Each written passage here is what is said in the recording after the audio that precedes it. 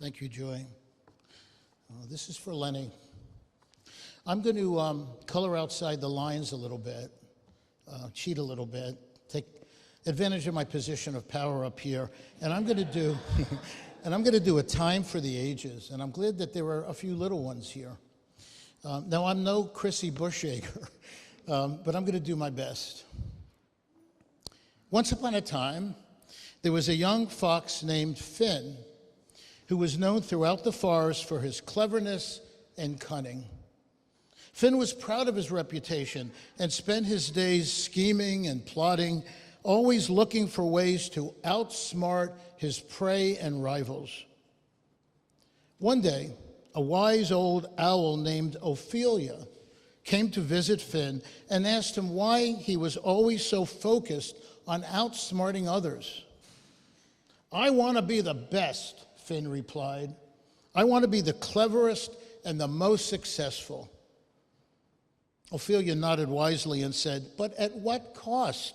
When you spend all your time focused on winning and outsmarting others, you forget what is truly important in life. You forget the joy of simple pleasures, the beauty of the natural world, and the importance of kindness and compassion."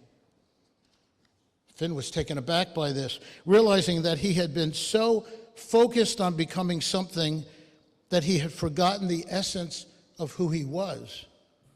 He began to unlearn his cunning ways, spending more time in nature and showing kindness to others. He discovered a new sense of peace and happiness in his life, realizing that he didn't need to be the cleverest or the most successful to be truly content. Finn had unbecome the fox he thought he had to be and had awakened to a new way of being, one that was grounded in simplicity and kindness.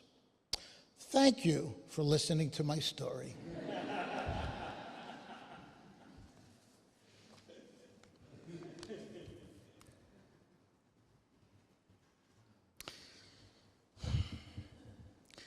Since I began working for the Joseph Priestley District back in 2008, anybody remember the Joseph Priestley District?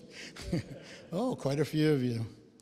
It later became the Central East region, and continuing today as adjunct staff for the region, I have had the great good fortune to write and deliver sermons to congregations across the country, both in person and from a distance. A few of those sermons were delivered here at UUCDC. And in those sermons, I shared information about myself from time to time and how I related to or was impacted by the sermon topic. But this sermon, the one I am about to deliver, is the most intensely personal sermon that I have ever given. You can leave now if you want. This sermon is about my awakening. This sermon is about my almost unbecoming a Unitarian Universalist. Now, during the course of my presentation this morning, I might offend some of you. If I do, please know that my intent is not to offend. It is to speak the truth from my individual perspective. You may not agree with it, and that is perfectly okay. We are Unitarian Universalists, and dissent is an acceptable practice as long as it is met with curiosity rather than resistance. It may seem strange to talk about an awakening, or more to the point, a spiritual awakening, in the context of Unitarian Universalism. It somehow, to me, seems too, Christian-like. In the context of this sermon, I am defining a spiritual awakening as a process of transformation where one experiences a shift in consciousness, where one becomes aware of something spiritual that they did not know before. This shift can be gradual or sudden and can happen at any point in one's life. It's often described as a feeling of coming home or remembering who you really are. It is my contention that our belief in or commitment to Unitarian Universalism, our initial spiritual awakening, if you will, is not sudden. For most of us in the beginning, there was no moment of inspiration, no Jesus moment, no bolt of lightning in a clear sky. No, I believe that for most of us, the awakening was slow and gradual and often unconscious. This interest in Unitarian Universalism seeped into our pores and slowly took over our minds and our hearts. And one day we woke up and realized that we are wedded to this nebulous religion, this faith tradition of principles, not mandates, of suggestions on how to be, rather than ultimatums on how one must be. Over time, we came to the realization that the people with whom we share this religion are very much like us in their beliefs and their values and their commitment to a community that is fair and just and compassionate. And with this awakening, we settled into being Unitarian Universalists, committed to bettering our lives and bettering the world. And then the COVID-19 pandemic hit. Suddenly, everything was different. For over 2 years, we lived in virtual isolation. We learned to fend for ourselves, to cope with life without a true community, without the physical presence and embrace of other human beings. Sure, we had good old Zoom, but it just wasn't the same. In so many ways, we had grown apart from one another. But this was not who we were. Human beings crave intimacy. We crave the company of others. We are defined in part through our relationships with one another. And so as we re-entered a changed world, as we looked at the pandemic in the rearview mirror, as we settled back into worship and social communion, we had to unbecome who we were not so that we could remember and become who we were. This, I believe, is the awakening that Unitarian Universalists went through and are still going through. And it is captured perfectly in the quote by Albert Schweitzer: "The path of awakening is not about becoming who you are, rather it is about unbecoming who you are not." And this transformation will continue to take time to shake off the shackles of a life lived apart. Slowly, we are regaining our sense of community again. We are firing up our passion for human rights, for integrity in our political system. Good luck to us. For sanity and peace in our streets. And we will continue to laugh and cry and celebrate and mourn together. But for some Unitarian Universalists, the awakening was different. And with the same slow, methodical process that brought us to Unitarian Universalism, some of us came to an awakening that perhaps Unitarian Universalism was not for us. And people left. And this happens. And the proof is in the numbers. In 1961, when the Unitarians and the Universalists merged, the official membership number, and I got this down pat, was 151,557. As of January 2023, according to statistics provided by the UUA, there are currently approximately 153,000 members in UUA congregations in the United States, an increase of only 1,500 members. Certainly today, and even back then, there were friends and allies and people who identify with Unitarian Universalism, but comparing apples to apples, membership in the UUA has not significantly changed in 61 years. So one can conclude that the same number of people who are joining our movement are leaving as well, for many reasons, including death. But among those reasons is an awakening for some that this is not the religion for them. Now, this sermon is not an attempt to identify reasons for our lack of growth as a denomination or to find fault with anyone or any system that might be preventing our numbers from increasing. I cite these numbers to emphasize this point. While many of our fellow UUs awakened to a renewed love of and devotion to our faith tradition, for others, the process of awakening led them away from our doors and away from our Zoom meetings.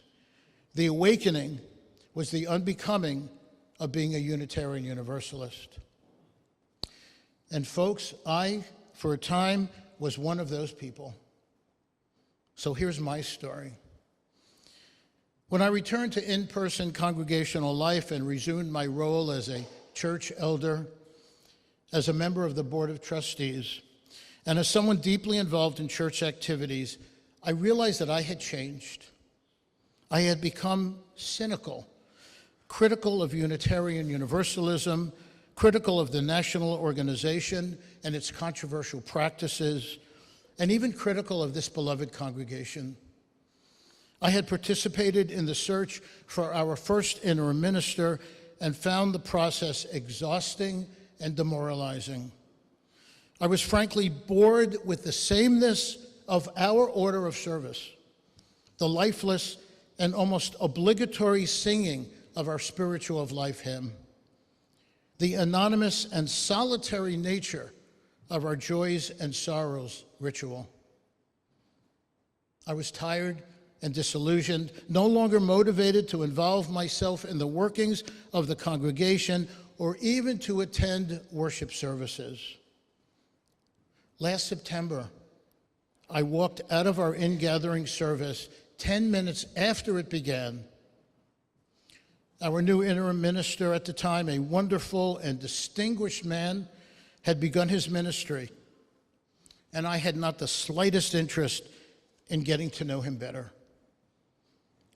That will not be the case this time. I felt like a stranger in my congregation. I thought of the words of author Peter Block, who wrote, "The ownership conversation asks us to act as if we are creating what exists in the world. This requires that we believe in the possibility that our congregation is mine or ours to create, that each of us is cause, not effect." I no longer felt a sense of ownership in our present or in our future. I was stuck. I convinced myself that the challenges facing this congregation were not my responsibility any longer. I had, as the author Patrick Lencioni wrote, defined myself out of the problem. I had become not a player in this congregation, but a spectator, and I was miserable. One fall day last year, I sat in Memorial Garden in tears, seriously considering giving up this religion entirely and leaving this church. And then I had a second awakening. It wasn't the bolt of lightning I referred to earlier.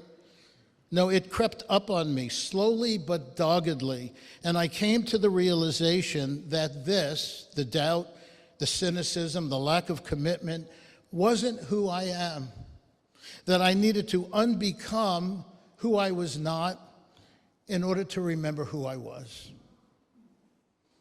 The Brazilian novelist Paulo Coelho said that maybe the journey isn't so much about becoming anything. Maybe it's unbecoming everything that isn't you so you can be who you were meant to be in the first place. My awakening reminded me that I am and always will be a Unitarian Universalist. Our principles define me. The fires of compassion and social justice burn within me. Unitarian Universalism is part of who I am, and it always has been. And so I returned to congregational life, maybe a bit hesitantly, somewhat weary about jumping back in with both feet. Now that my tenure on the board has ended, I may hang back for a bit to ensure that I am living my life as a UU in the manner that is important to me and not just important to others. But I'm back, and I got a few ideas. I know that my story is not an isolated one, and I suspect that many of you can relate to at least part of my experience. The author and lecturer Werner Erhard talks about the transformative power of stories. There are stories, he says, that give meaning to our lives and help us find our voice, and there are those stories that limit our possibility. I fell victim to that tendency to tell stories about myself and my religion and this congregation that limited the possibilities available to me. I told those limiting stories to myself over and over again until I was almost convinced that Unitarian Universalism was no longer an option for me. I awakened to realize that the real story had not changed, that I was and always will be a Unitarian Universalist, bound to this life-changing and life-saving faith tradition. And like my beloved Siddhartha, the awakening one, I am back on the path to myself.